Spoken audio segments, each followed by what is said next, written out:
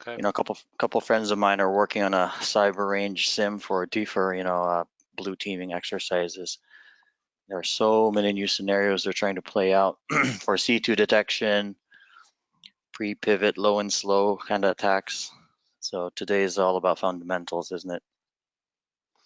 That would be correct. That sounds like an interesting project, Mike. Yeah, yeah. Really, lots of new vectors they're trying to sim out. Anyway, really fundamental, really critical stuff we're going to talk about today. So just another couple seconds here. I see a couple folks just coming on.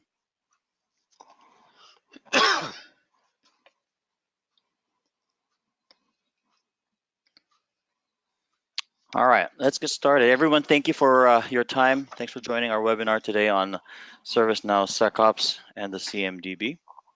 This is Mike Sarabosing, Chief Technology Officer at Covestic. I'm joined by my colleague, Chris Williams, who is a Security Solutions Architect. Chris and I will be discussing the importance of security operations and its reliance on an accurate CMDB and the value that a well-defined and maintained CMDB brings to an organization, especially during high-priority security operations engagements. And, many of us have been there when it's red hot and fire's going. So this webinar is really to address and help improve in those scenarios. There's going to be an opportunity later to ask questions via the chat feature of the webinar, and we'll have some time towards the end to answer as many questions as time permits. And this webinar is being recorded, and so we'll send out a link to everyone attending. So do keep an eye out for that email. How about you, Chris? Good. How are you? Yeah, I mean, do a quick intro. Yeah, my name is Chris Williams. I am a solution architect with Covestic. I've been in the IT industry for 20 plus years in both private and public sectors. A little over 5 years of ServiceNow experience. I hold advanced degrees in computer science and business information technologies, and I also hold multiple industry certifications. Mike, with that being said, I'll turn it back over to you. Yeah, thanks for that. So today's webinar, everyone, will cover 4 main areas. We'll do a quick introduction of ServiceNow SecOps and why that matters. We'll talk a little bit about incident response and vulnerability response, and we may refer to it as IR and VR, security operations with and without CMDB, and a little bit about readiness and kind of next steps. Chris, as you know, SecOps is a big topic, right? And the CMDB has very broad ramifications inside this space. So before we dive in, let's set the stage, since we're not going to boil the ocean, such a big topic. So for everyone, we're specifically going to be dealing with kind of the 2 topics we just brought up: the incident response and the IR, which is typically the reactive security incident handling, and the VR side, the vulnerability response, which is typically the proactive security management, dealing with identified vulnerabilities and so forth. That can be defined as IOCs during threat hunting and potentially exploitable infrastructure. Yeah, that is right, Mike. There has been, an upswing in security breaches over the last decade or so. And as you can see, these are just some of the major corporations out there that have, had major breaches, that we as consumers are using every day. The most recent one was that's been publicized is DoorDash food delivery service. The impact of that breach is unknown at the moment, but I'm sure we'll be hearing more a little bit about that as that story unfolds. But right. This slide right here, also talks about the increase of breaches, and it's just going to get worse if we don't take action to it. And if you look at the global cost of a data breach, it's right around $140 per compromised record, and mean time to ID the breach is around 197 days. And then the mean time to contain the breach is 69 days. So I mean, you're looking at almost a year to fix that security breach and contain it, and then remediate it. And how do we go about doing that? We use threat intelligence to help incident responders find those incidents of compromise IOCs for the ability for them to hunt for low-lying attacks and vectors, attack vectors and threats. Once that data is rounded up, it's automatically sent to threat feeds for relevant information when an IOC is connected to a security incident. And that data gets sent off to third-party sources, for additional analysis that the security incident response team, and in particular the analyst, will be able to derive the context and the data from that information for that security incident. So, I mean, really, what is that doing for you as an organization? Well, it not only creates a better response time, but also saves your organization valuable time across the business. Well, how about IR, Chris? Let's dive into that. Talk about a little bit about the core life cycle and some of its KPIs. Sure. There's a couple ways that IRs come into the system, and I'm sure everyone out there in the audience knows that they can come in manually, they can come in automatically, via a phone call or maybe a text message, or maybe an IM over chat, or it could come in through a self-service portal, or automatically, which is the other way, through third-party tool integration with no code or low code. Security incident response is used to manage that life cycle from an end-to-end, from initial analysis to containment, eradication and recovery, and that framework is based off NIST and SANS. So those are pretty standard out there in the industry, and with the built-in third-party integrations and partner developed integrations, that enables the automation and orchestration for a more efficient and accurate incident response. With that being said, security incident response also enables you to, provide an understanding of the incident response procedures by your analysts over time. So what you're seeing is you're getting some visualization so that the organization can understand, those trends that are happening and those and the bottlenecks where the procedures may be failing or they're just not quite tuned correctly. And that can be a variety of, via an analytic-driven reporting dashboard and KPIs, also known as key performance indicators, which we will discuss later. So I was talking about, the manual, process. Right here is a service catalog, and this would provide the end users an ability to create their self-service tickets, report phishing attempts, or even create their own ticket. And then once that's completed, you also have the automatic as well coming in through third-party integration. This is really a list view after security incidents are created, and it provides the the priority, the risk score, and most importantly, it provides the configuration item. That's the actual system that is in the CMDB that has that security incident tied to it.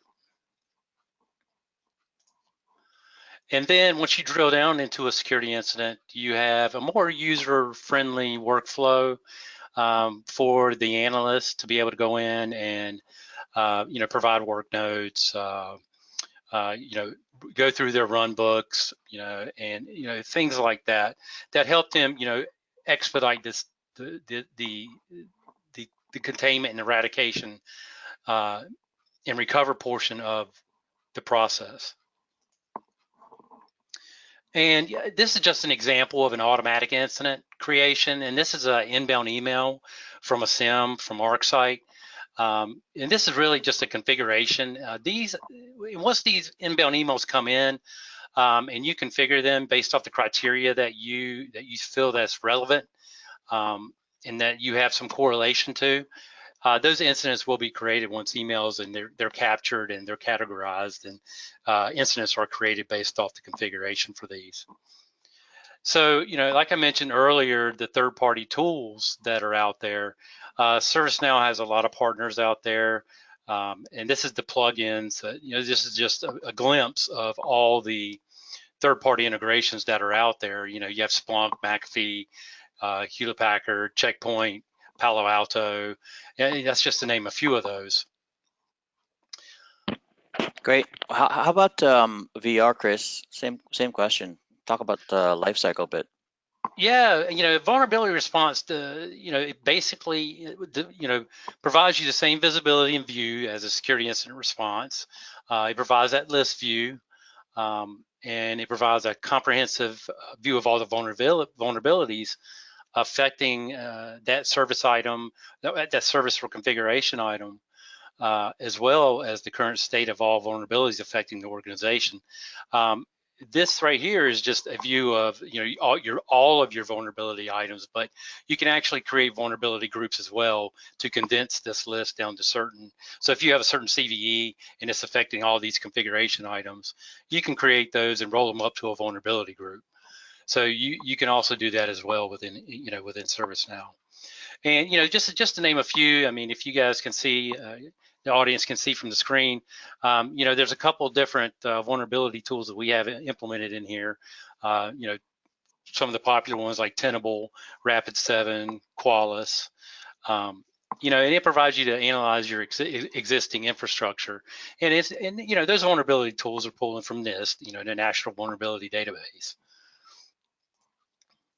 And once you drill down, you also have the capability of drilling down into that vulnerability item, and getting a more detailed view of what it is, what's going on, when it happened. You can create a security incident from this view. You can close defer it if it wasn't really a vulnerability per se. But this is just a more user-friendly workspace, just like it is in security incident response. Chris, in every screen that you've shared with us so far, there's been a associated CI, an asset or a target. How does the CMDB play into these life cycles? Well, it really plays, the number one thing is it helps you resolve security incident vulnerabilities fast. And that's due to the fact that the CMDB, the way I look at it, is really the foundation of the platform. Think about it, you can't build a house without a foundation, right? So you have to have that foundation there that has all your assets and all your known assets in your infrastructure, in your CMDB, because you're only as good as your data. And it's like the old saying goes, garbage in, garbage out, right? It also helps you, utilize KPIs in a way of measuring the success or failure of the business goal. As you can see here, average time to contain weekly. That helps reduce your MTTR, your mean time to remediation. So just a quick example of how this actually plays, the KPIs play into this. You have a marketing team, and they have a goal to increase their web traffic by I don't know, maybe 30-40% over the next year, and that's that is a specific targeted goal, right? Security operations, they may have similar goals, but they're less finite, because security operations bases more of theirs off of positive and negative trends over time, rather than achieving a specific target, like a marketing department.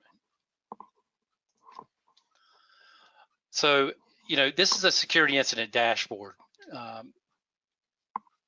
that, with KPIs, and, a lot of the security operations, it focuses around the analysis of data and the identification of patterns and trends, like I just mentioned. And this is true in both technical functions of security operations. While you're looking for attack patterns and trends of malicious activity. But you're also looking at strategic functions of security operations, that's helping you identify program gaps, making long-term program decisions, and also providing the measurement and analysis of well thought out KPIs can once that's in place, it provides a positive impact on both the tactical and strategic functions within ServiceNow, or not ServiceNow, but within security operations.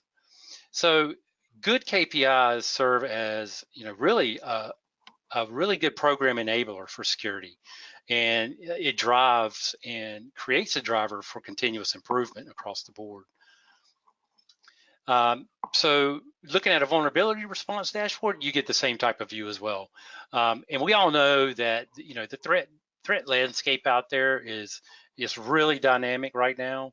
There are new things coming out all the time. And, you really have to stay on top of your game to be, reactive and proactive, really all at the same time. And it is really imperative to have an effective security operations program, which provides the actionable information that you need to make those decisions, that can be based in, the vulnerability response dashboards provide that view. So what am I trying to say here? I'm trying to say that the KPIs they will help you ensure that, your security operations program, continues to remain effective, and that any process or technology gaps are addressed appropriately. And one of the methodologies for KPIs I like to use is the acronym SMART. And there's a lot of them out there, but SMART really actually drills down into the specifics of what is specific, what is measurable, what is actionable, and what is relevant and time-based. So going back to some of the understanding of the business impact based off KPIs and your security incidents and your vulnerability incidents, ServiceNow, leverages that CMDB that assists with mapping threats and vulnerabilities to business services. And the mapping enables the prioritization and risk scoring based on business impact, ensuring that the security teams are they're really just focused on what is most critical to the business. But also, in addition to that, the business service maps show the dependencies of the affected systems, and that helps to minimize change requests and downtimes, which in return, also lowers your MTRS, your mean time to restore service. And because security operations is part of the Now platform, and while you're using using the CMDB, I mean, it's just not part. It's just not owned by the security and IT departments. It's also owned by the organization. As I mentioned earlier, I mean, you have the capability to go in there, do your self-service, report phishing. That all of that information is critical to the IT and security team in helping them to remediate issues within the CMDB a lot quicker. So you get a holistic approach to it. Right. Chris, we've worked in or looked at many environments that don't have a ServiceNow type consolidated CMDB. Maybe share, or let's talk a little bit about a typical scenario of how SecOps is handled in those kinds of environments without it, and maybe consider things that are effective or ineffective in that scenario. Sure thing. With that particular scenario,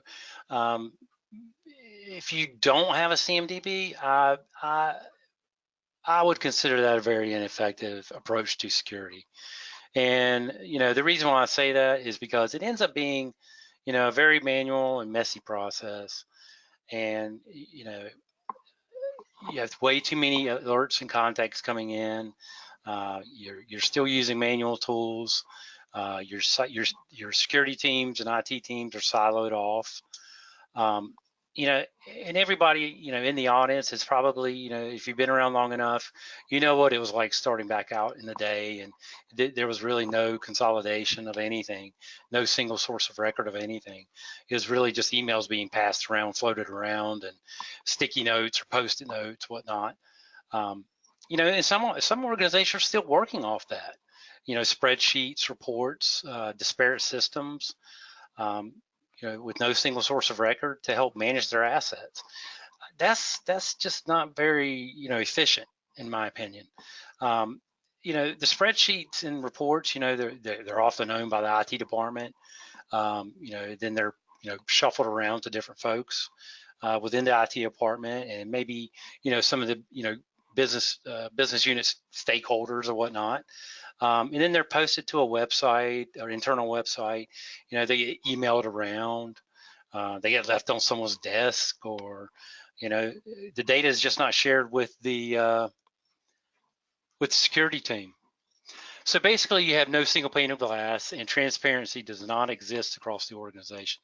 So let's think about this for a second. How are you going to know what devices you even own or have connected to your network, and to be proactive or reactive to when a breach occurs?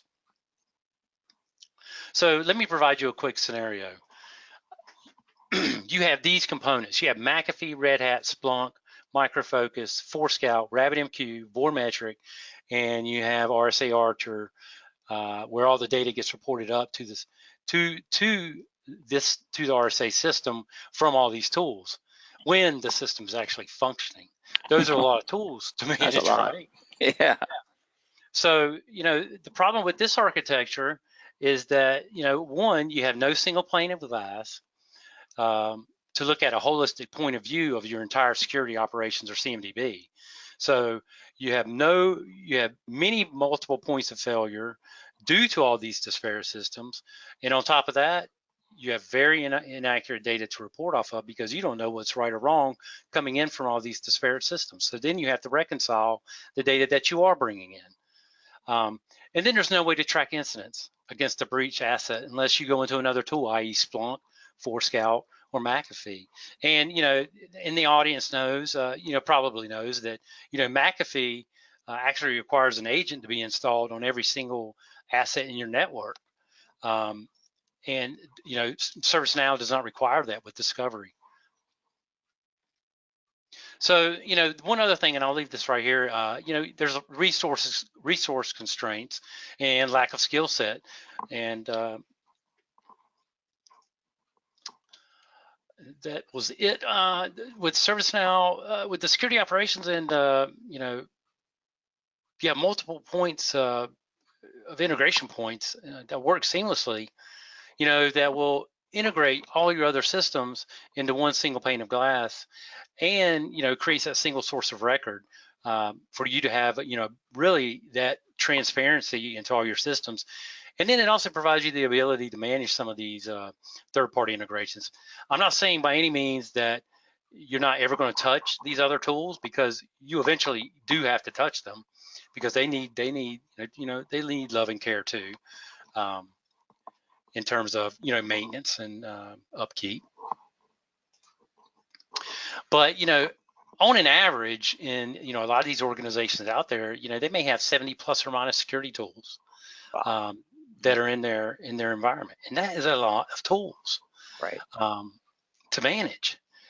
And the goal of this should be that the entire organization, and I'm going back to the CMDB portion of it, is that the entire organization should be assisting in managing the CMDB. This is what I would call that holistic approach to security operations and CMDB better together. Is there a CMDB approach that's a little bit better than others, or more advantageous to security?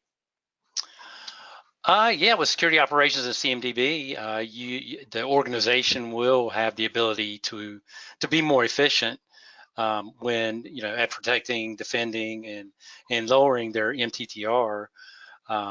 It will also provide that insight that a lot of the upper management are looking for from the dashboards based off the KPIs.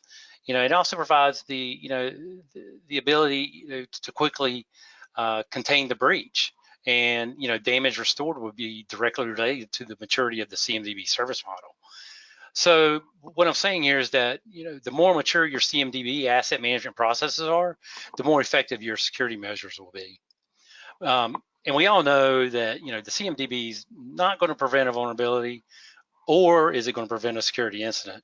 But does provide a good infrastructure model that will help define monitoring tools that can prevent exploits. And security operations will provide that model for you that will allow organizations to contain and remediate far more quickly. The SecOps suite also, really consists of these applications: threat intelligence, vulnerability response, and security incident response. And, it's all built on the Now platform that works in conjunction with other platform functionality. So it's a very feature-rich set of tools that you get once you implement ServiceNow Security Operations and CMDB. So, I won't spend a lot of time on this slide right here, but I will say, that 40% of the burden here is caused by, tracking down assets, root cause analysis, not knowing which CI is causing the major problem, or maybe even escalating to the wrong support team. So that's why it's important to have a well-configured CMDB to save that 40% on your ongoing IT efforts. So integration with CMDB also allows for the security staff to understand that, the affected configuration item, what the configuration item is, and most importantly, who owns it, what it does, and its importance to the business. So really an informed decision can be made concerning how they prioritize the response to security incidents. The integration with IT and security, it is important because investigating and addressing these security issues often involves IT and security teams. Well, I wouldn't say often. I mean, it really does involve the IT security teams. So those tasks can actually be passed back and forth from security staff to the IT staff within the same system, which again, I go back to provides the transparency and the visibility in that single pane of glass.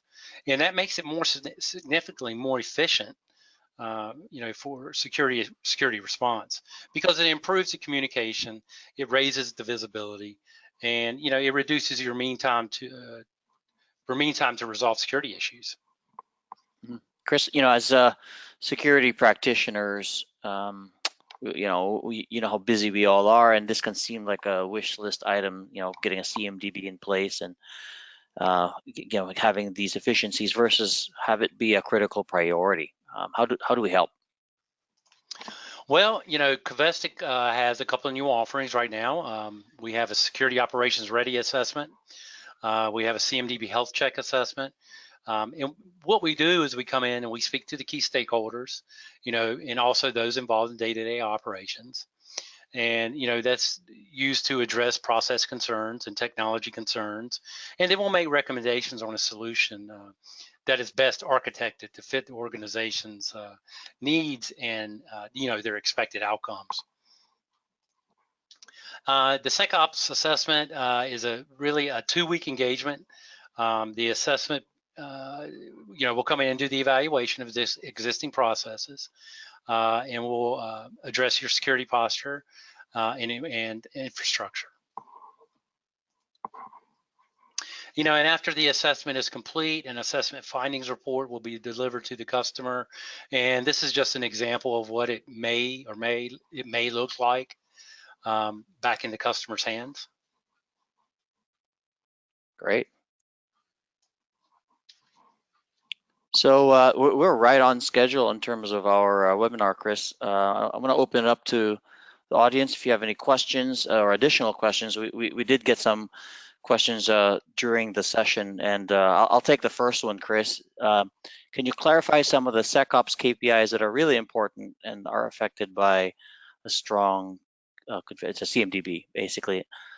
Yeah, so there are a myriad of KPIs that are involved in SecOps, and each of them I would say divided in its own spaces. So basically, there's a business perspective on it. There's IR and VR specific ones. But right off the top of my head, in the course of our conversations, I would say, there are quantitative and qualitative KPIs, things like ratio of closures by priority, closures by attack category or vector, um, your time to acknowledge, standard incident management, time to acknowledge, time to respond, and triage, especially triage, where you're looking at, your uh, IR's ability to be able to identify which assets, which CIs are affected. That's really critical. And then on the VR side, number of vulnerabilities or number of vulnerability items by risk rating is really critical, right? How fast are you able to address the vulnerabilities that are in your environment? And that is also impacted by having or not having a strong CMDB. There's another question here. We have an IDS or IPS and other edge appliances in our pipeline. Should all the data flow to ServiceNow for single pane of glass seems excessive, or should they be worked at each respective system? I'm sorry, let me read it again. So I think the question here, Chris, is that this person has like we talked about, lots of other tools. Should that data flow directly into ServiceNow for single pane of glass view, or should it be worked at each of the systems that are reporting it? For that, I would have all the data being reported into ServiceNow, and the reason why I say that is that you want all your historic data and your current data to do trending and analysis, and to help make your processes better. But yes, all the data from those systems should be coming into ServiceNow. All right, there's another question here, and I'll probably take two more, guys. So is there a way to segment security-related assets in the CMDB so only the SecOps or security teams have visibility to them and not the overall ITSM group? Yes, there is a way to do that, and that's based off roles and groups. That's functionality under user administration, that they have certain access to certain items based off their roles within that group and how the CIs have been assigned to the owners. So the manager or the security incident, or like this, for an example, if you have an analyst manager, security analyst manager, that that does all the triaging, as Mike mentioned earlier, he would have, or she would have, that particular role that would be able to assign those tickets out to someone else, and only those individuals will be able to see those tickets unless they're shared with other individuals. Let's make this the last one here, and it's a follow-up to that previous. Which team owns making sure that the security CIs are kept up to date in the CMDB? That's a good question. That would be the actual security team and the IT team. That would be both of those teams working in parallel together. Yeah, I think with a platform like ServiceNow, where you have that broader visibility and can actually share authoritative sources of record, you basically get that teaming effect, right? And Right. frankly, everybody should be involved in security, not just the security team. But I understand the question. I think it's more around there's some sensitivity to some of these assets. So in a very traditional sense, firewalls are dealt with by firewall teams and so forth. Right, and you don't want people looking at accounting systems or HR systems or anything like that either. So they have to be assigned to appropriate people that have that privilege or that role within ServiceNow. Right, that makes sense. A couple of things, a little bit about Covestic, just for everybody. Covestic is a premier consulting firm. We really focus on practical solutions to help our clients realize value from these technology investments. We want our clients to succeed, which means they can rapidly scale, grow their business, and also improve their own customers' experiences. We're proud of our team of over 250 senior level consultants, averaging, I would say, over 15 years of professional consulting and IT experience. And, with nearly 200 ServiceNow related projects, we've achieved a great CSAT rating of 9.7 and have over 90% repeat business. And we really thrive at these high stakes engagements. Just to close off our webinar here, we do have some additional webinars, ebooks, and white papers on our library resource page.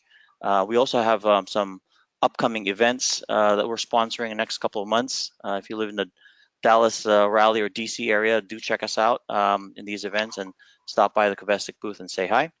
And of course, you can always find our upcoming events and webinars hosted on our website. I think that's it for our time today, Chris, and let's conclude the session. I really appreciate everyone joining, and thank you for attending. And remember to keep an eye out for that upcoming webinars as well as a recording of this one. Everybody, you all have a great day.